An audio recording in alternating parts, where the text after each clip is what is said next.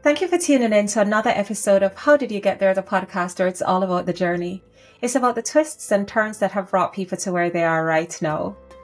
This episode, I'm really looking forward to because it's a little bit different to other episodes because I have a silent-ish, invisible-ish guest who I had to invite to come here under duress. So I guess you're accustomed to me having someone that I'm interviewing, but this episode is really about reflection because as I'm coming to the end of season 1, I really marvel at how far I've come, what I've learned along the way, but just in the incredible amount of support that I've had from friends, from family, from co-workers, from strangers, and one person who's really been behind the scenes and who's been my sounding board, the person who critiques everything and gives me honest advice, good, bad, ugly, is my sister, Chessy.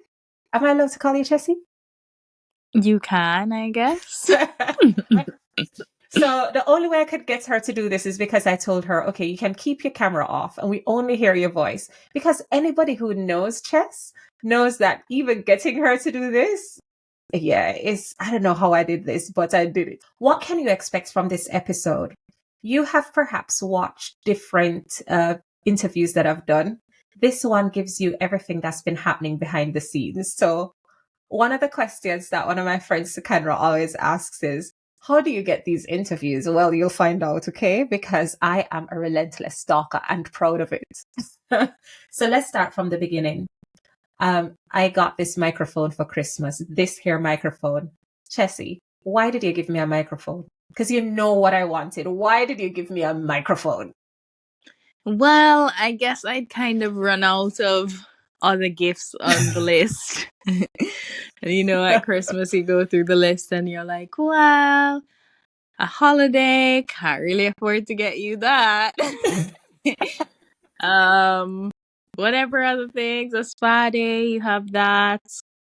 Clothes, you have that. And then I remember a couple of years ago you were talking about guessing podcast equipment and wanting podcast equipment and always talking about starting the podcast but never doing it. So I just thought, I will try this year to get the podcast equipment. A, because the gift ideas were dwindling, and B, because it's something that you've always mentioned that you wanted to have. So two stones, two birds, one stone.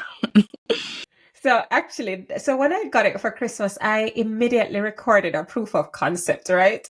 So we're at my house, I'm recording this proof of concept, and I think it was a really good episode, but I don't know, why did we not release that episode, Chess?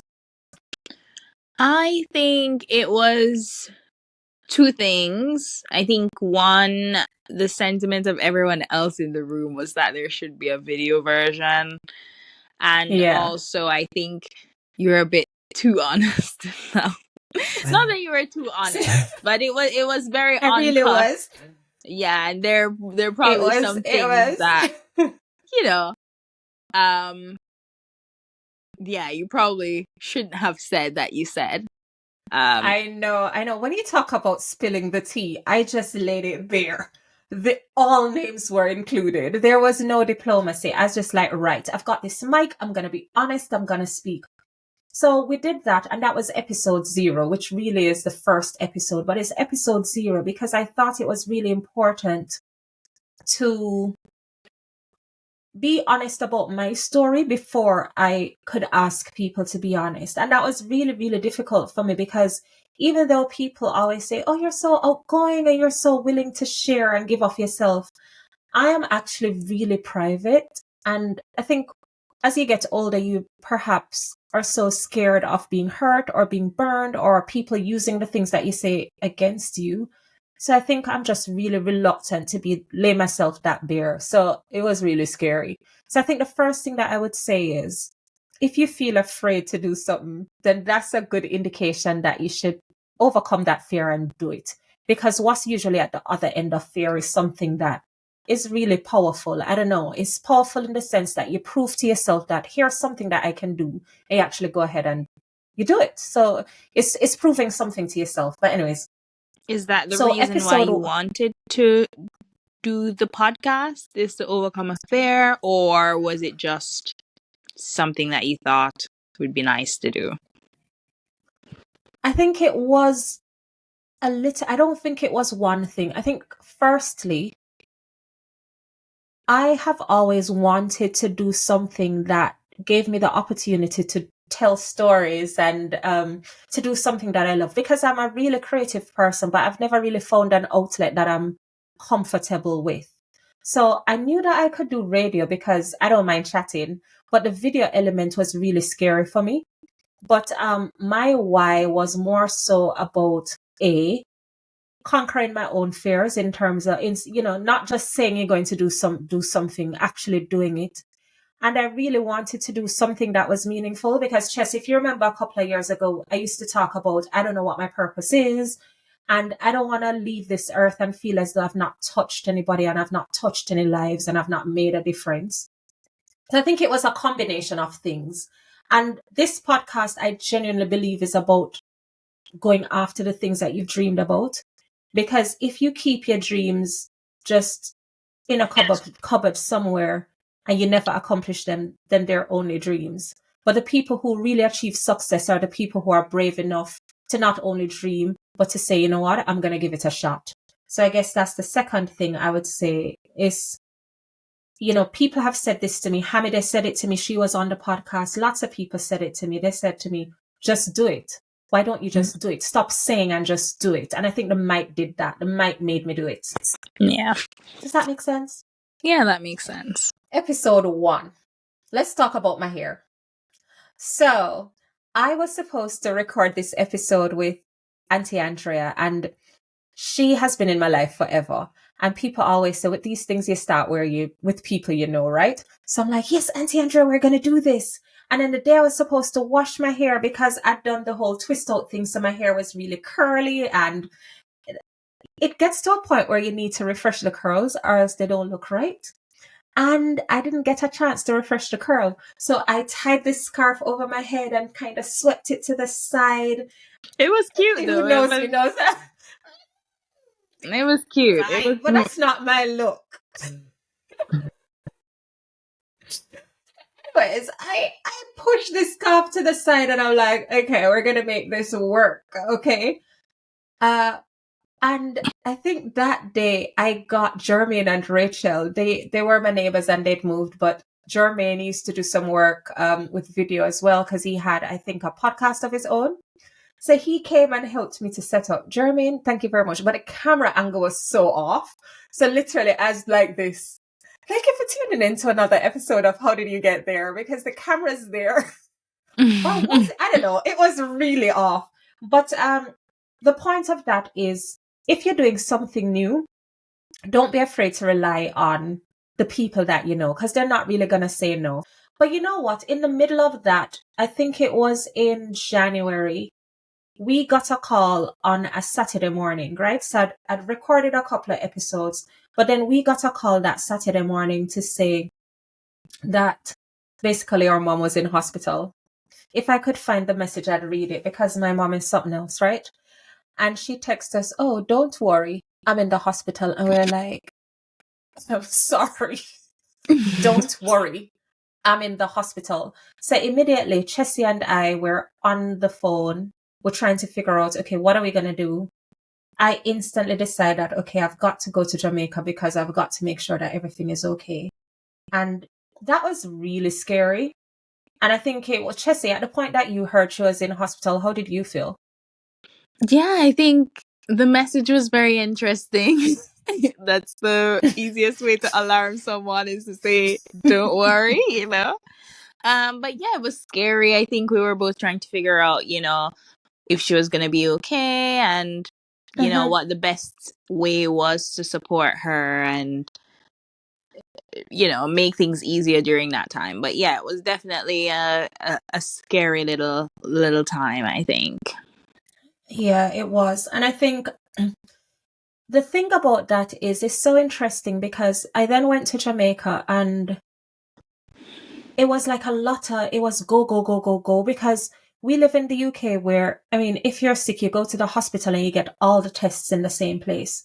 In Jamaica, it's really different in that there was no x-ray department in the hospital. There was no ambulance to bring her to where she needed to go. So I was kind of shuttling her around. And she's okay. For people who might be like, oh my gosh, is she okay? She's okay. But that point was scary. But it was at that point that I edited my first episode. So the episode that I've done with Auntie Andrea, I edited it, and I edited it differently because I was so insecure about how I looked on camera, what I said. And so I did a lot of cutting because I wanted it to be just perfect. And I think in doing that, I almost did myself, the podcast, Auntie Andrea, disservice, because that was really a reflection of my lack of confidence and me not feeling comfortable. But I think what Jamaica did was although I had all of that happening, it gave me the space to think, okay, this is something I need to do. And I just kind of did it. And there was the first episode. So Chessy, when you watched the first episode, what did you think, honestly? Ooh, on the spot. Yeah, on the spot. I think it was a good episode, but I could see where you were nervous. You were very nervous, and I think for people who are listening or watching that have been listening to more recent episodes, they would notice a difference between maybe your tone, cadence, and how relaxed you are. Even though this is somebody that you're super comfortable with, like you still had walls up, and I could tell that you were conscious about being on camera still.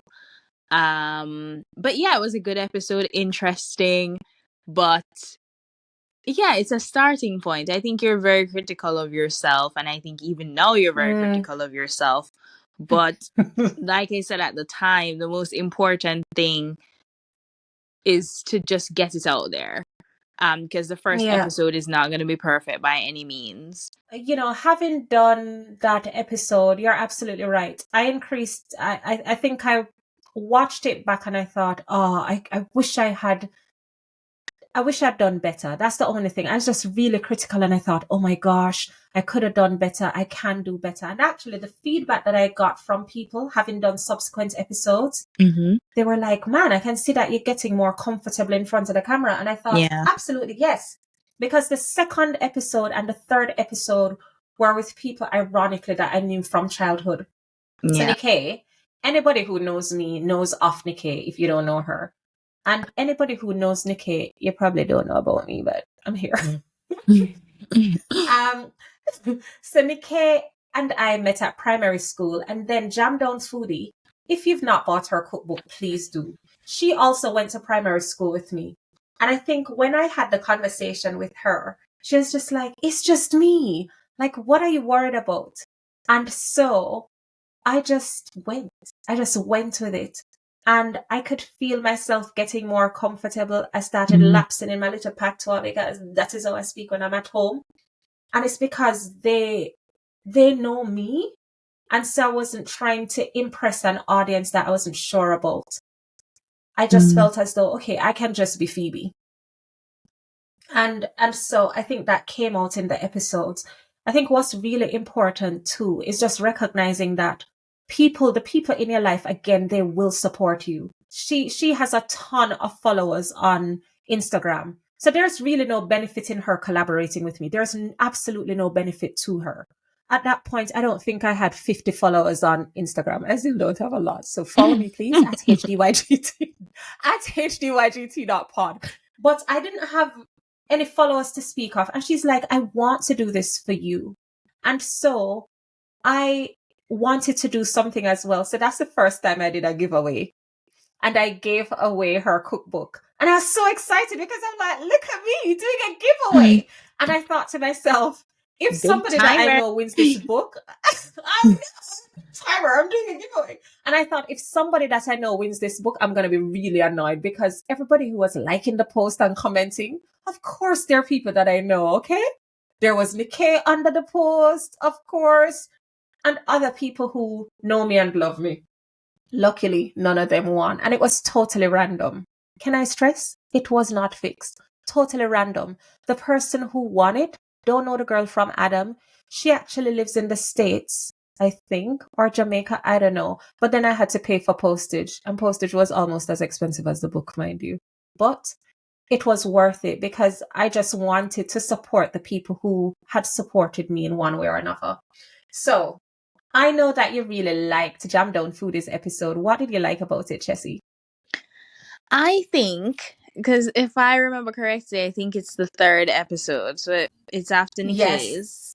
And I think the Yes. first two, even though I really enjoyed Nikki's as well, because I think we saw a difference, not a different side necessarily, but obviously we see Nikki all the time and, you know, she's gimmicky. But there are things I learned that I didn't know before, which I found interesting.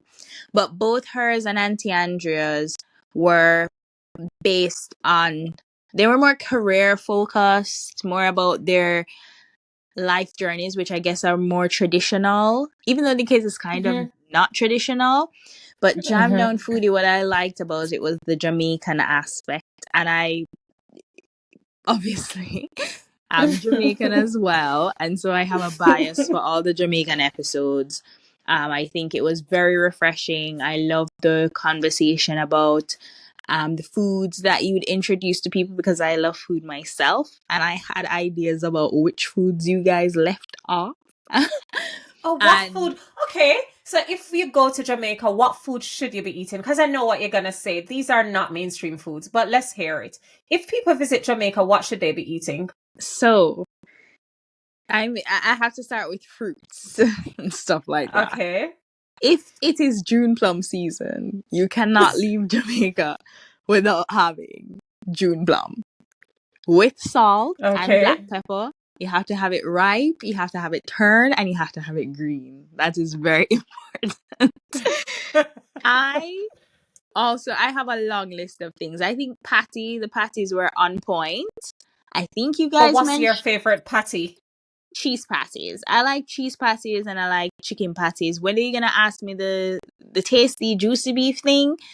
I I like juicy beef. I grew up with juicy beef and I tasty Whatever. is I'm done. nice, but Moving on. you know, juicy beef is nice. You're the type of person who listeners of Phoebe went to Jamaica and was in well, at the time Phoebe was in Jamaica, she decided not to have a patty because there was no tasty around. And I think that No, is I didn't. absolute blasphemy. That's just craziness. Because I can't imagine going to Jamaica and having the option of having juicy beef, but not having a patty because there's no tasty. It's crazy. So, yeah.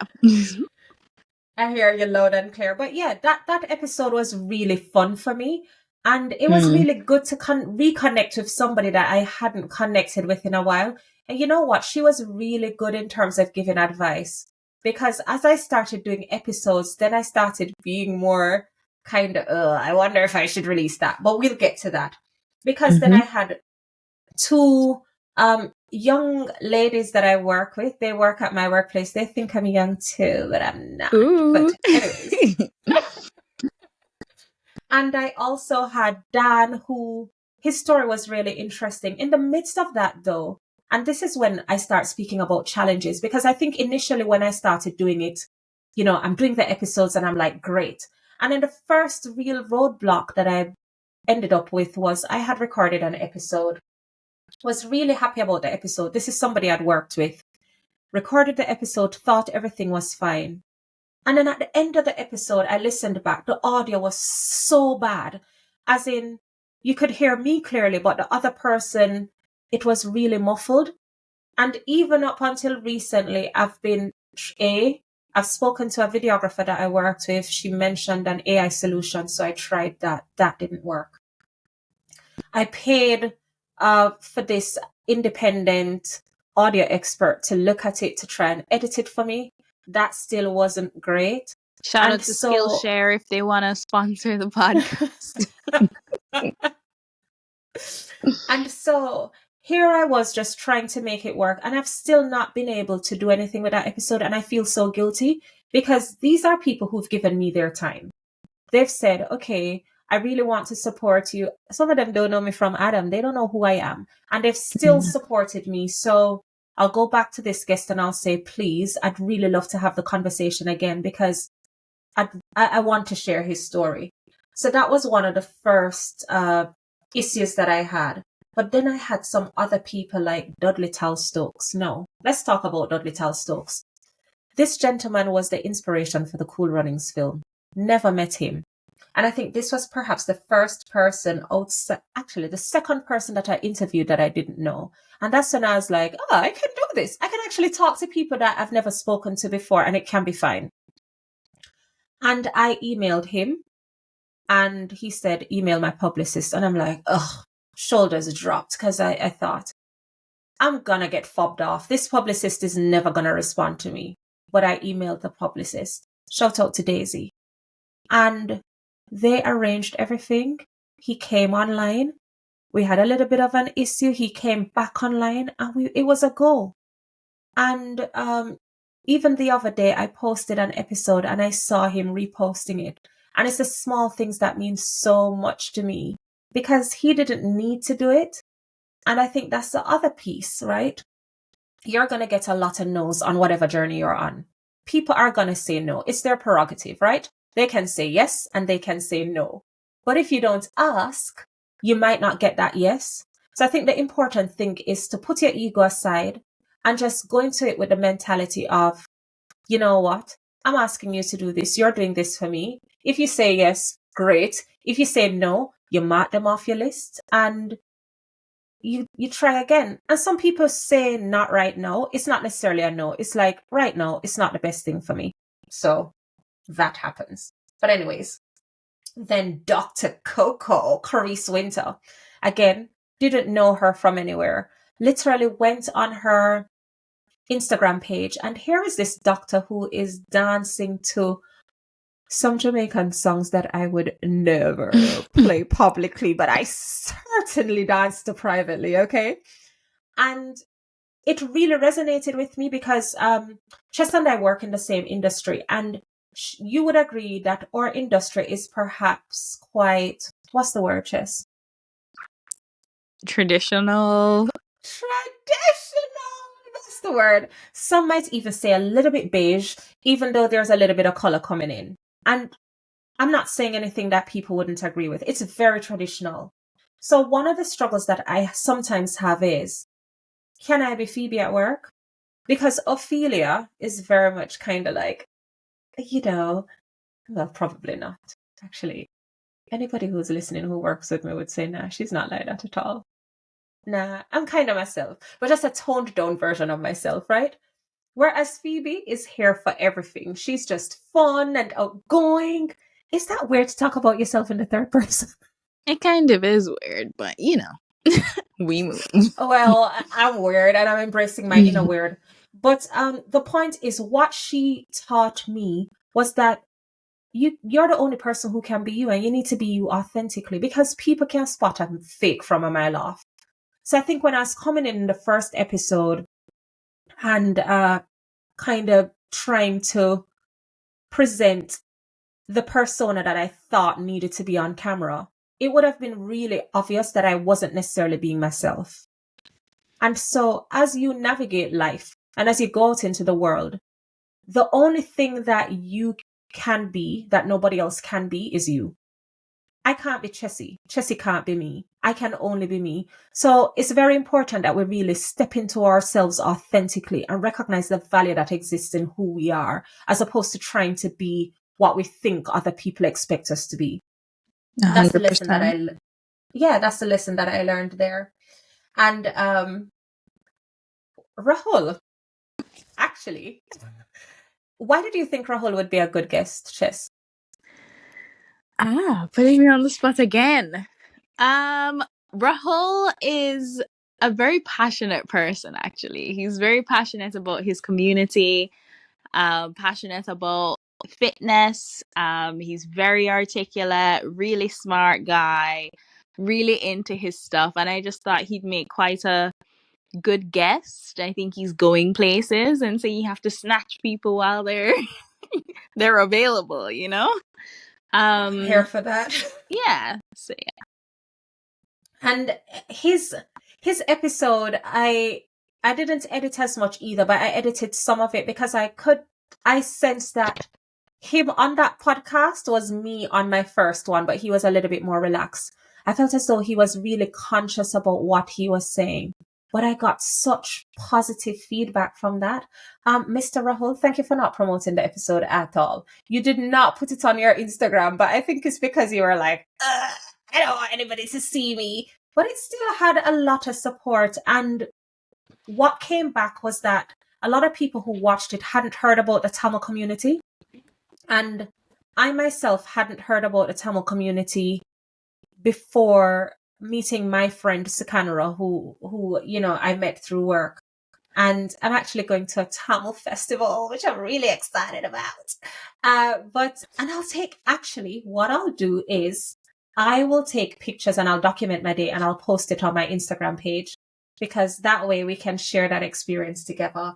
So Rahul was great. And at this point, oh my gosh, can I tell this story, Chessy?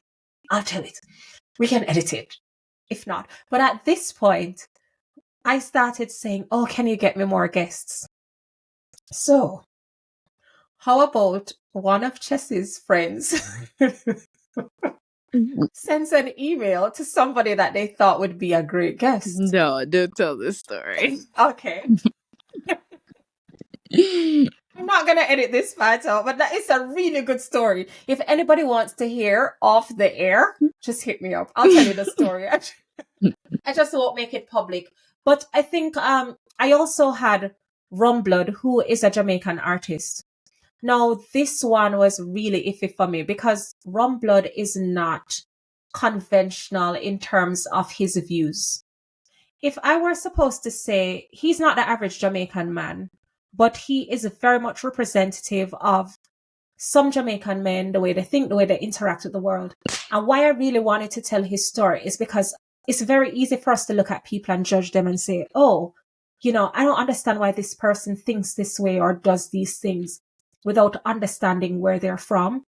And I think when he told me his story, I sat there and I really reflected on my own life because we didn't grow up in the ghetto, as they call it in Jamaica, right? We grew up in rural Jamaica. I probably was kind of between rural Jamaica and the corporate area, or Kingston, or town, as a lot of people like to call it.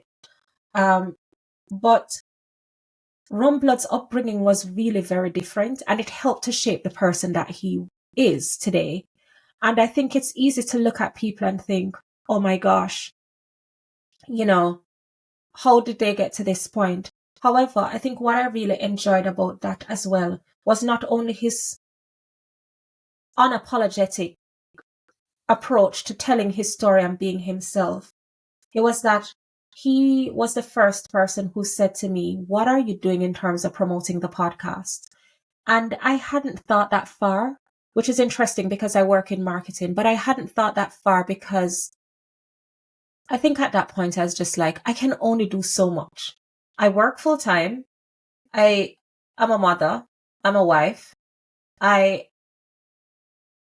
had started going to the gym at that point, and I really wanted to focus on my fitness journey. And now I'm doing this podcast. I'm recording. I'm editing. And now you want me to promote. Like, come on. I don't have time for this. And then it brought me back to something that Jam Down Foodie said to me, because she's like, nobody cares if you've got time. You've opted to do this, so you need to find the time. Like, why would the people who are listening to my podcast care that, oh, I'm so busy? You know what I mean? And that episode was actually a fun episode. I think I spent half of it going like, what's he gonna say? But it was really fun to record. What did you think about that one, Chess? I actually think when you were speaking just now, it brought me back to what you said before about being your authentic self, etc. Mm-hmm. I hate using those cheesy phrases, but I think I was really excited about it because, well, I was very intrigued to see what he was going to say. But I think what shone through was his authenticity and honesty and how just himself he was. And I think despite what people think about anyone, people really appreciate authenticity. They appreciate honesty, and you can't really knock someone for sharing who they are. And so yeah, it was really fun. I found it quite hilarious. Again, I love the Jamaican referencing. Yeah, it was definitely up there for me as well. Yeah, and I really appreciate him doing it, because he also is somebody who has a platform, because he's a player in the music industry in Jamaica. So essentially, he shared his platform with me, and he didn't need to do that. At this point in the podcast, again, more adversity, because we actually recorded that twice, and perhaps one day I'll release the first version of the podcast, or I'll release some clips from it. But we had a really bad echo, and we had to record again. I couldn't hear him. He couldn't hear me. It was a slog, I tell you, for us to get that one out. But persevere. Just always persevere. There will be roadblocks. There will be some trials. There will be things that really make you want to say, oh, I'm not going to do this. Persevere. That's the only thing that I can say. At this point, also, I think I got some really bad news. So somebody that I had gone to university with had died. And when I found out that she died, I felt so guilty, because we were really, really, really good friends in university. And I think a lot of people can relate to this. People that you had really good friendships with. And then you kind of move on for whatever reason. You still message each other. You're like, you check in at the points that you think count. So at Christmas, you might check in. On their birthday or your birthday, they might check in. But I'd been to Jamaica multiple times, and we'd never really seen each other. And I think at the point that I heard she died, I felt such a sense of guilt, an overwhelming sense of guilt, because I thought, am I really investing in the things and the people that matter? Am I doing enough to nurture the relationships that I've had? And it's not as though we had, like, there was no negativity, but this is someone that I really valued, and that was a big part of my life. And, we just drifted in different directions. And so that happened, right? And then in quick succession, we had been making plans for my birthday, because I have a big birthday coming up. And I think we had, correct me if I'm wrong, Chess, we had a list of places that I might want to go to. And one of the places on the list was the Bahamas. And I said to Chess, well, if I'm going to the Bahamas, I have to see this friend of mine. Again, somebody that I was really close with in university. And at that point, I went and I looked online, because I looked at her number in my phone and it wasn't giving me the option to WhatsApp her. And I wasn't going to call straight, because who does that anymore, right? So I was like, wait, where is she? And then I went on Instagram, but she hadn't put a post. She hadn't posted in a while. And then I just Googled her name. I don't know why. Or was it you who Googled, Chess? I think it was me. I think I Googled, or both. I'm not sure. I think we both Googled. Yeah. And at that point, I recognized that she had died 2 years prior, on her birthday. And actually, I always messaged her on her birthday. And I remember messaging her as well. There was no response. Happy birthday, you check in. But I didn't think anything of it, And again, I felt this overwhelming sense of guilt. I managed to speak to her brother and her mother, and it was so good to make that connection. But I think at that point, what it said to me was, if there's something that you want to do, do it. If there are friendships that you really value, invest in it. And so for me, I think seeing people who are my age and who I've got memories with and who I spent a lot of time with, recognizing that they're no longer here, it just really gives you another perspective on life, in the sense that you recognize that we're really on borrowed time. And so just live, you know, don't postpone things and say, oh, I'll do it next year or I'll do it tomorrow. It's really important that if you want to do something, you just get up and do it, because there's no guarantee that next year, this time, you're going to be able to do that thing. I think at this point as well, I had my first guest who contacted me directly. So I was like, do you remember Chess? Definitely a big timer now. I'm a big timer. Like, somebody wants to come on my podcast. Like, what am I doing? So that was really exciting. Shout out to Rissel. So that was really like a good turning point for me. And then by then, my mom came to the UK.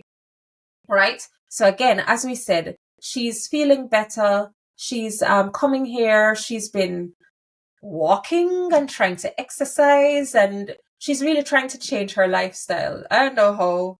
I'm hoping that she will sustain it, but our mother love a slice of cake. Like, I'll tell you, if there's cake, she's there. But at that point as well, so let me tell you this. When I was recording Rumblood's episode, literally, there were boxes everywhere. If I turned the camera, you would have seen boxes. With Rissel, it got worse, because the way my husband tells the story is that I came home one day and said, oh, we're going to buy a house. It didn't happen like that, okay? Did not happen like that. But anyways, at this point, this house that we'd been looking at from the previous year, everything just kind of lined up. And this house came through. So I'm like, oh my gosh, how am I going to record the podcast, edit the podcast, do all the things that comes with moving house, pack up the kids. We've got, it was something else. But anyways, it all happened. And I'll probably insert a video here of me looking incredibly grotty and kind of no, I'm not going to do it. I'm sorry. I'm not going to do that to myself. You think I should? Okay, I might do. I have to put a one filter over it. I look so rough. I couldn't. I'm very curious to see this picture. My hair was in a state. It's always me and my hair, okay? My hair is always the thing. My hair was in a state. Bad state. So anyways, I moved. And then the first episode that I think I did in the new house was probably Hamidays. Yes, it was Hamidays. Yeah, it was my first recording in the new home. And as I didn't know where to set things up, I was still experimenting, right? So before, I used to record in the sitting room, and it was such a pain for Jamaicans listening in the living room, right? The sitting room is the living room. So I used to record in the sitting room. And the problem was that while I was recording, nobody could come in and out of the house. So it used to be like a zone. And like, you'd come through my front door in that house and the sitting room is to the left. So if they open the door, I'm hearing, and it used to be a pain. So everybody hated me recording, because they're like, oh, we can't even come into the house. And if we're upstairs, you're telling us to be quiet. So when we moved to this house, I'm like, all right, I set up in the sitting room, and everybody looked at me and they're like, no, you're not going to do this, because then it's like we've moved and it's the same thing. And that is how this space came to be. So it's incomplete, but the feedback has been positive, because people do love the brick. People love the brick effect, and it's the big so brick pun brick. Brick farm, brick farm. Anyways, if you're not Jamaican, look that song up. It says absolutely nothing. You're gonna wonder what they're talking about.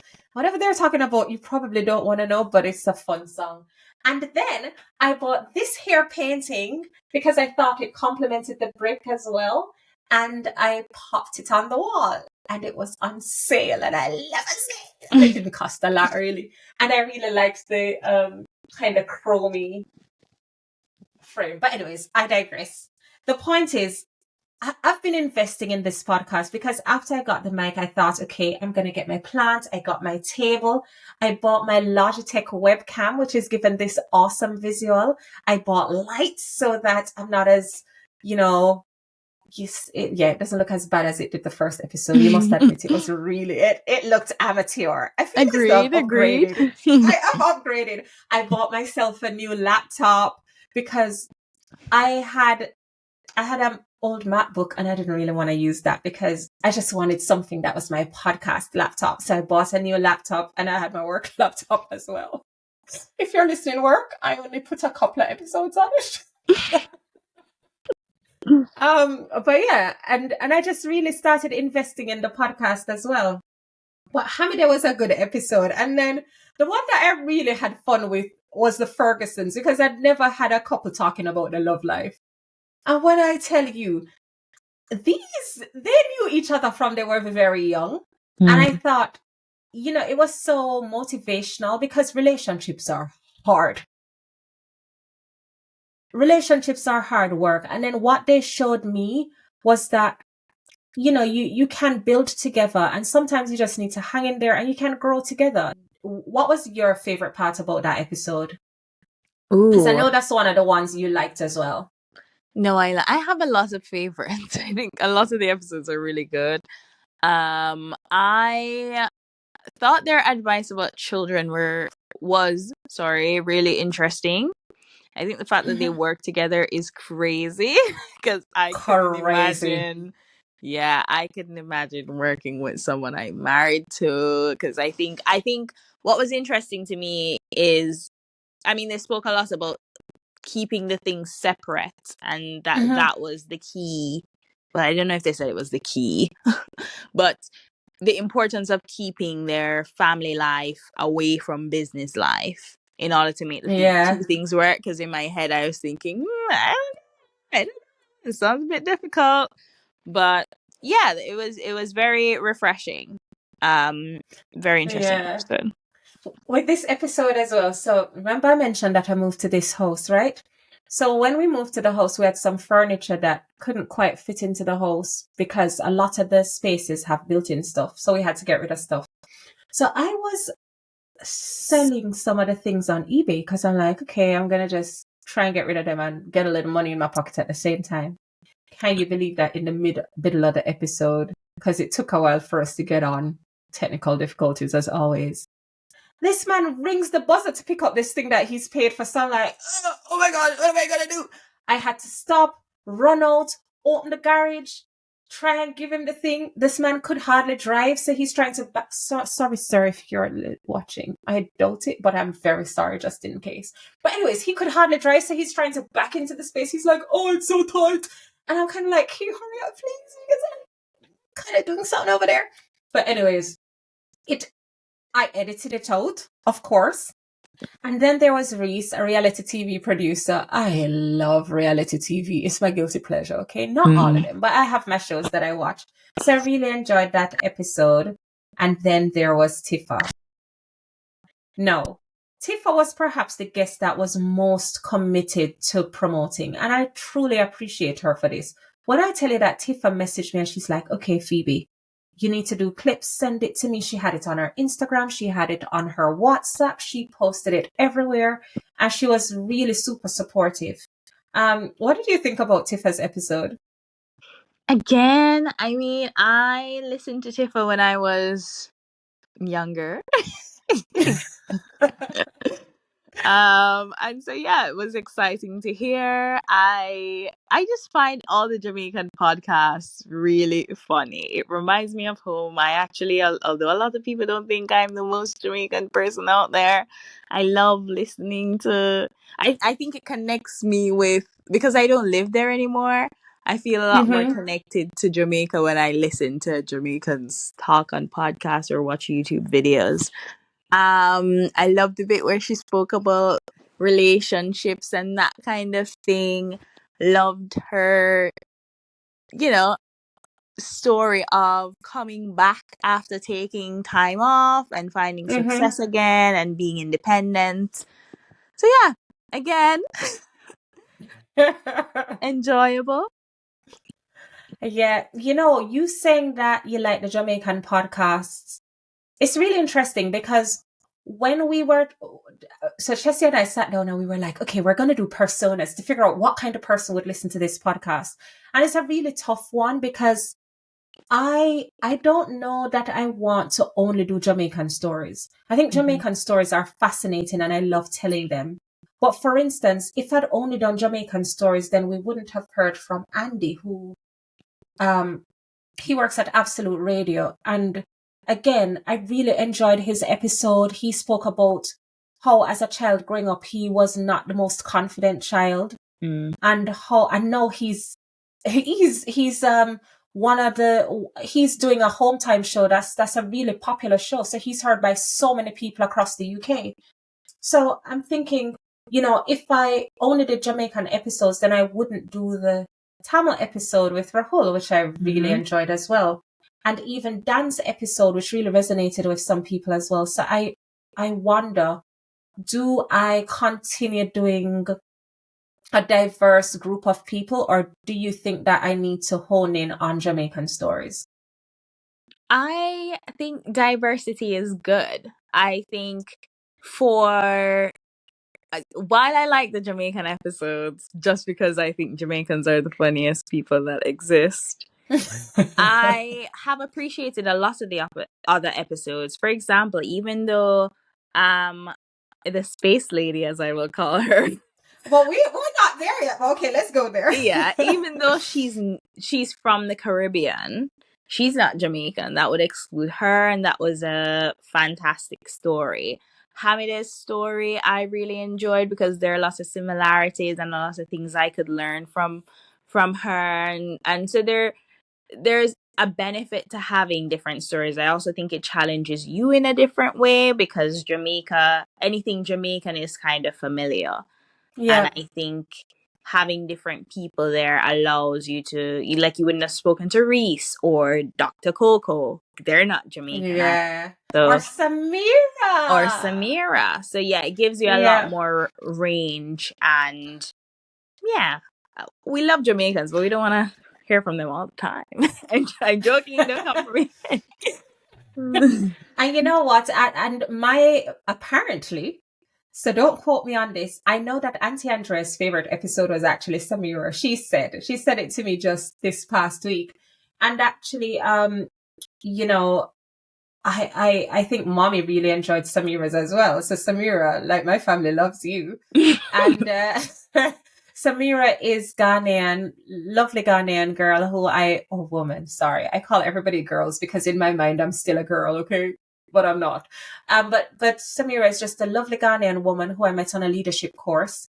And she is married to a Nigerian man. So we spoke about their culture as well, which I really enjoyed hearing about. And actually, when I went to her baby shower, I had so much fun because, listen, you think Jamaicans know how to dance and party? When I tell you that the auntie, the grandmother, everybody was partying, and it was like, just trying to learn the African dances because I'm not good at upper body dances. Like, I'm all, hip and waist and right. But yeah, I really enjoyed it. So Samira, thank you so very much for inviting me to that. And I really appreciated that. As I move forward, because this is really about reflection, I really want to do 2 additional episodes. This weekend was a little bit of a fluke for me because we had a bit of an emergency in my new home. I won't say anymore. People who know, but I had to evacuate for a little bit. So I was with Chessy for the weekend. But there are 2 other episodes that I want to do before I go and say goodbye to this season. And I'm really starting to think about what next season looks like. And this is where you come in, because I still feel as though I'm talking to a void. I know people are watching. I see the numbers, but nobody messages me. Nobody says anything. So please comment a little bit more. Please send me messages. What's the email address? I'll put it below. Send me messages.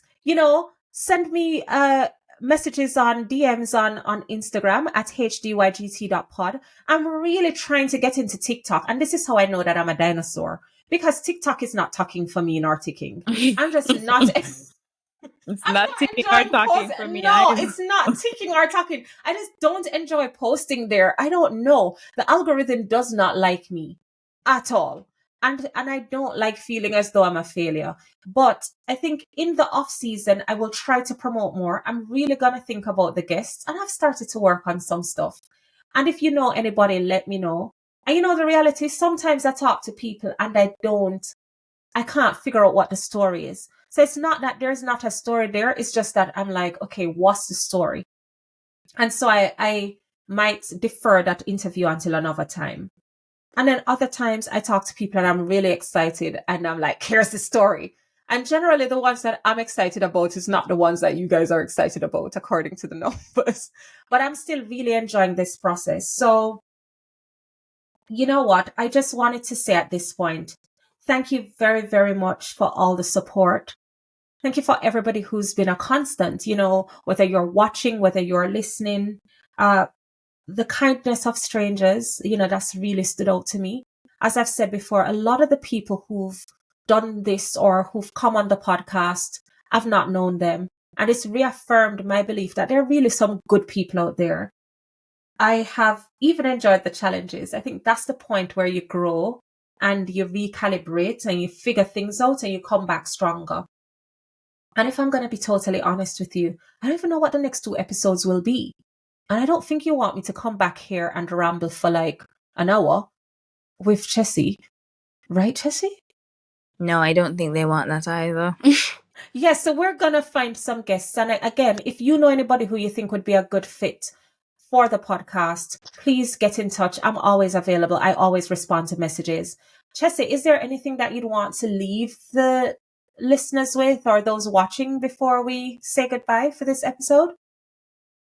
Well, she's like, why did you put me on the spot? Exactly. But no, I think you're doing a good job. I am one of the listeners who listen on my commute every Wednesday. It's in my routine and I enjoy it. I enjoy listening to the different stories, enjoy listening to the different perspectives on life and all the different gems they have to offer. It's nice. You start your day off in a positive mood, positive mindset.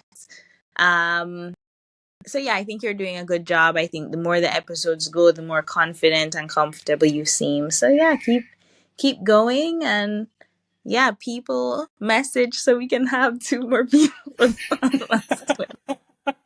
Yeah, we want the feedback. The feedback makes a massive difference. So again, from myself, from Chessy, because she's a massive part of this, even though she's behind the scenes and even though you don't see her, it's just thank you for your support. We have 2 more episodes left.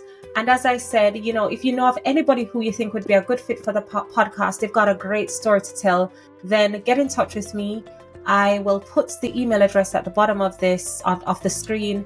And if you are on Spotify or Apple or any other podcast platform watching, then there's usually an option for you to message me as well. So thank you very much. Have a lovely, lovely day. And until next time.